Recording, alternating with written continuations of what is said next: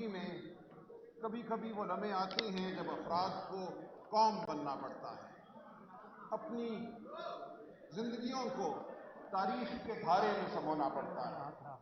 میں سمجھتا ہوں آج وہ لمحہ ہم سب کے لیے آن پہنچا ہے۔ ہمیں اپنی زندگی کو آج نظر کرنا ہوگا اپنی قوم کی۔ ہماری قوم ہم سے تقاضا کرتی ہے کہ ہم اٹھیں۔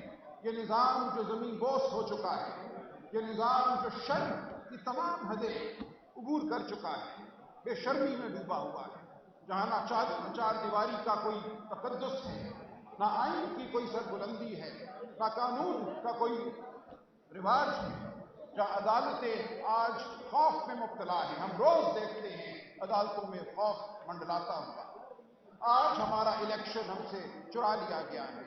عوام کے ووٹ کی کوئی وقت نہیں ہے، عوام کی آواز کی کوئی وقت نہیں ہے۔ ہزاروں لوگ جیلوں میں ہیں، ان کو انصاف کی اب امید بھی نہیں ہے۔ اس تناظر میں اسلام آباد کے ہائی کورٹ کے 6 جج صاحبان نے ایک تاریخ ساز خط لکھا۔ اس خط کا مقصد تمام قوم کے ضمیر کو جھنجھوڑنا تھا۔ اس خط کا مقصد سپریم کورٹ کے ضمیر کو جھنجھوڑنا تھا۔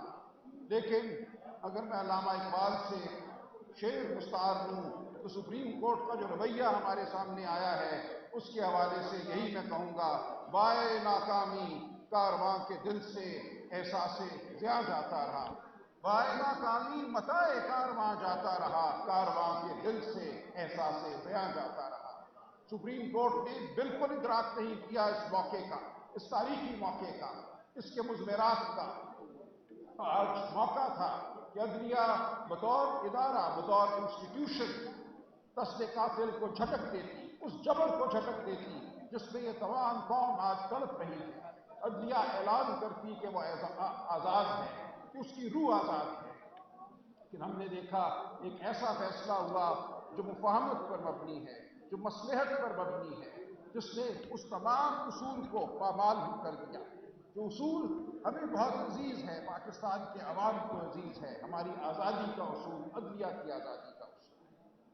لہٰذا اب وہ موقع ہے کہ ہم تمام، صرف وکلا نہیں، پورا معاشرہ اٹھے اور تقاضا کرے آزادی کا، آزاد عدلیہ کا اور ایک آزاد قوم کا۔